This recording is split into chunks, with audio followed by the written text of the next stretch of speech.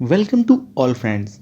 Train में सफ़र करना हम सभी को पसंद है क्योंकि ट्रेन की इजाद के बाद हमारा घंटों का सफ़र मिनटों में तब्दील हो गया और इसकी वजह से दूर का सफ़र भी हमारे लिए आसान हो गया। जहां इसने हमारी ज़िंदगियों में बहुत सी आसानियां पैदा कर दी, वहां इसका एक पहलू ये भी है कि ट्रेन के सफ़र के दौरान होने वाले हादसात ने बहुत से लोगों की ज़िंदगियों को निगल लिया। तो आज हम बात करेंगे ट्रेन के सफ़र के दौरान होने वाले हादसात के बारे में और जानेंगे कुछ ट्रेन के दिलचस्प और बुनियादी हकाइक के बारे में, जिसके बारे में आप लोग शायद ही पहले जानते हों। 1804 ईस्वी को ब्रिटिश इंजीनियर ने स्टीम से चलने वाला दुनिया का सबसे पहला इंजन बनाया और ट्रेन के इस इंजन वाले यूनिट को हम लोकोमोटिव बोलते हैं। जैसा कि हम सब जानते हैं कि ट्रेन इन लोहे की दो पटरीज के ऊपर चलती है और इन लोहे की दो पटरीज को रेल बोला जाता है और इसी तरह इस पटरी वाले रास्ते को रेलवे और इस तरह रेल के ऊपर चलने वाली गाड़ी को रेलगाड़ी बोला जाता है।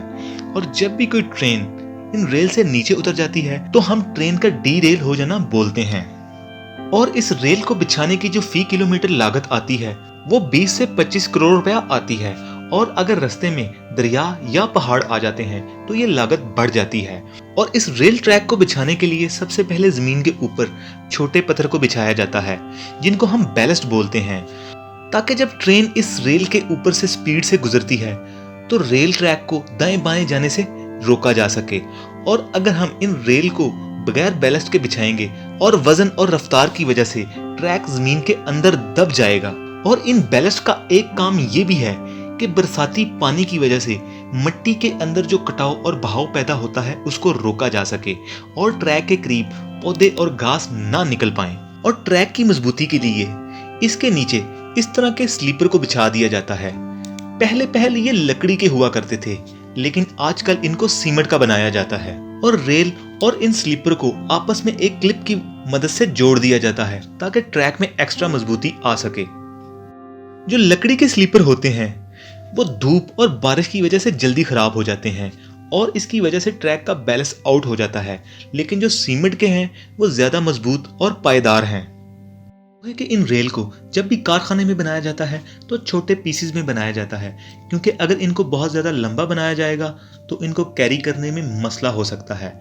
और ट्रैक के ऊपर इन छोटे पीसेस को इस तरह की एक फिक्स प्लेट की मदद से आपस में जोड़ दिया जाता है और इस जोड़ के दरमियान थोड़ी सी स्पेस को छोड़ दिया जाता है, क्योंकि लोहा गर्मी के दिनों में फैलता है। ये स्पेस आपको सर्दियों के दिनों में नजर आएगी, लेकिन जैसे ही गर्मियां आएंगी ये स्पेस खत्म हो जाएगी। और गर्मी के दिनों में लोहे के फैलने की वजह से ही ट्रैक को बार बार रिपेयर की जरूरत पड़ती है। रेलवे मुलाजमीन को ट्रैक के ऊपर बहुत ही गहरी नजर रखनी पड़ती है, क्योंकि हर एक मुलाजिम पर बहुत बड़ी जिम्मेदारी होती है, क्योंकि इनकी एक छोटी सी गलती या लापरवाही हजारों जिंदगियों को खतरे में डाल सकती है। और रेलवे का अमला ट्रैक की चेकिंग के लिए अल्ट्रासाउंड डिटेक्टिव मशीन का इस्तेमाल करता है। इस मशीन की मदद से अल्ट्रा वेव को ट्रैक के अंदर भेजा जाता है और अगर वेव 100% रिफ्लेक्ट ना हो तो समझ लिया जाता है कि ट्रैक के इस हिस्से में किसी किस्म की खराबी या गड़बड़ है। ट्रेन के जो व्हील होते हैं वो लोहे के होते हैं, ये तो हर कोई जानता है, लेकिन इन व्हील का डिजाइन बहुत ही इंटरेस्टिंग है। ये दो व्हील एक रॉड के साथ आपस में एक दूसरे के साथ कनेक्ट होते हैं और इस रॉड को हम एक्सल बोलते हैं। आप इस ट्रेन के व्हील को देख सकते हैं, जो अंदर का हिस्सा है वो बाहर की निस्बत ज्यादा बड़ा है और इस बड़े हिस्से को हम फ्लेंजेस बोलते हैं और इस बाहर वाले हिस्से को हम कोनिक बोलते हैं। और व्हील इन फ्लेंजेस की मदद से रेल को अंदर से ग्रिप करके चलता है। और ट्रेन का ट्रैक तब्दील करना ट्रेन के इस व्हील को ट्रैक को अंदर से पकड़कर चलने की वजह से ही है। और इन चार एक्सल को एक हिस्से के साथ जोड़ दिया जाता है जिसको हम बोगी बोलते हैं और कुछ बोगीज में एक्सल की तादाद 6 होती है। और इन बोगी के ऊपर वाले हिस्से को कोच बोला जाता है, जिसके अंदर पैसेंजर वगैरह आकर बैठते हैं। और एक ट्रेन में 15 से 20 बोगीज को आपस में एक दूसरे के साथ कनेक्ट कर दिया जाता है। तो फ्रेंड्स, ट्रेन के लोकोमोटिव के अंदर किसी किस्म का कोई भी स्टीयरिंग मौजूद नहीं होता, बल्कि इसमें सिर्फ ब्रेक को रिलीज करने और स्पीड को मैनेज करने का सिस्टम मौजूद होता है। आप सोच रहे होंगे कि अगर ट्रेन के अंदर किसी किस्म का कोई भी स्टीयरिंग मौजूद नहीं होता तो वो मोड़ पर से कैसे गुजरती है और अपना ट्रैक कैसे तब्दील करती है।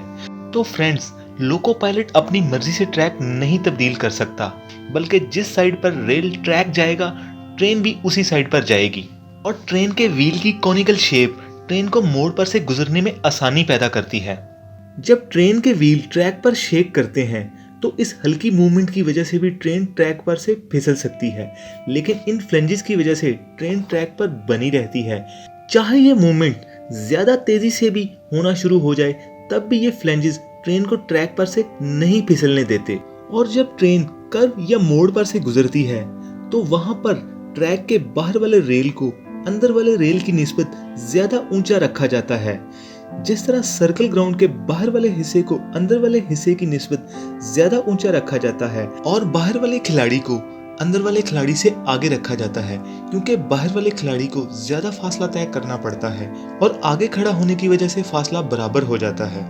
इसी तरह मोड़ पर अंदर वाले व्हील के जो आउटर कॉनिकल होते हैं वो रेल के एजेस से थोड़ा सा अंदर वाली साइड पर हो जाते हैं और बाहर वाले व्हील के आउटर कॉनिकल रेल के एजेस से थोड़ा बाहर हो जाते हैं और बाहर वाले रेल का ऊंचा होने की वजह से फासला बराबर हो जाता है और ट्रेन ट्रैक पर से आसानी से गुजर जाती है। और ट्रेन जिस जगह पर ट्रैक चेंज करती है इस हिस्से को हम स्विच पॉइंट बोलते हैं। ट्रैक पर इस हिस्से को क्रॉसिंग पॉइंट बोला जाता है। इस मेन लाइन को स्टॉक रेल बोला जाता है।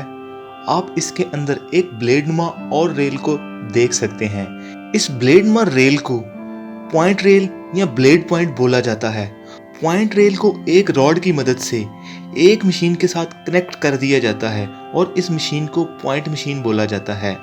और ये पॉइंट मशीन पॉइंट रेल को दाएं बाएं मूव करती है और इस मूवमेंट की वजह से ही ट्रेन अपना ट्रैक तब्दील करती है। कुछ अरसे पहले पॉइंट मशीन पर एक आदमी की परमानेंट ड्यूटी हुआ करती थी जो मैनुअली इनको दाएं बाएं करता था और इस ड्यूटी पर्सन को हम पॉइंट मैन बोलते हैं। लेकिन आजकल इन मशीन्स को ऑटोमेटिकली कर दिया गया है और इसको कंट्रोल रूम से ही ऑपरेट किया जाता है। क्रॉसिंग पॉइंट पर ये जो हिस्सा है इसको हम फ्रॉग बोलते हैं और इसके पास वाली जो रेल है इसको चेक रेल या फ्रॉग रेल बोला जाता है। इनमें मूवमेंट नहीं होती बल्कि ये व्हील को कंटिन्यूटी फ्राहम करती हैं। जैसे ही व्हील इन पॉइंट रेल के पास आएंगे तो राइट साइड के ट्रैक पर जाने के लिए पॉइंट मशीन पॉइंट रेल को पुश करेगी और राइट साइड के स्टॉक रेल और पॉइंट रेल के दरमियान स्पेस आ जाएगी और लेफ्ट साइड के स्टॉक रेल के अंदर पॉइंट रेल फिट हो जाएगी। जैसा कि आप जानते हैं कि ट्रेन के व्हील ट्रैक को अंदर से पकड़कर चलते हैं और स्टॉक रेल के अंदर वाली साइड पर पॉइंट रेल कनेक्ट होने की वजह से व्हील के फ्लेंजेस पॉइंट रेल को पकड़ लेंगे और ट्रेन राइट साइड वाले ट्रैक पर आ जाएगी। इसी तरह अगर ट्रेन को सामने वाले ट्रैक पर जाना है तो पॉइंट मशीन पॉइंट रेल को पुल करेगी, लेफ्ट साइड पर स्टॉक रेल पर स्पेस आ जाएगी और राइट साइड पर स्टॉक रेल और पॉइंट रेल एक दूसरे के साथ कनेक्ट हो जाएंगी और ट्रेन पॉइंट रेल को ग्रिप करते हुए सामने वाले ट्रैक पर आ जाएगी। और स्टॉक रेल के जिस साइड पर स्पेस होगा व्हील इन रेल को नहीं छोड़ेगा और व्हील राइट या फिर सामने वाले ट्रैक पर जाने के लिए इन फ्रॉग रेल को लाजमी टच करेंगे। मिसाल के तौर पर ट्रेन मेन ट्रैक पर आ रही है और इसको इस 1 नंबर ट्रैक पर जाना है और आप देख सकते हैं कि इन रेल्स के दरमियान स्पेस मौजूद है और स्पेस होने की वजह से व्हील इस ट्रैक को नहीं छोड़ेगा और दूसरी साइड पर स्पेस मौजूद नहीं है और व्हील अंदर से ग्रिप करने की वजह से इस ट्रैक को अंदर से ग्रिप करेगा और दूसरे ट्रैक को छोड़ेगा और 1 नंबर ट्रैक पर आ जाएगा। और इसी तरह 2 नंबर ट्रैक पर जाने के लिए दूसरी साइड पर स्पेस आ जाएगा और व्हील उस साइड वाले ट्रैक को नहीं छोड़ेंगे और दूसरी साइड से ट्रैक को अंदर से ग्रिप करते हुए 2 नंबर ट्रैक पर आ जाएंगे और इसी तरह ट्रेन लेफ्ट और राइट जा सकती है। जैसा कि आप लोग जानते हैं कि एक मुकम्मल ट्रेन में काफ़ी सारी बोगीज को आपस में एक दूसरे के साथ कनेक्ट किया जाता है। आपने रेलवे स्टेशन पर रेलवे मुलाजमीन को बोगीज को आपस में एक दूसरे के साथ कनेक्ट करते हुए देखा होगा और इन बोगीज की आपस में कनेक्टिविटी को कपलिंग बोला जाता है।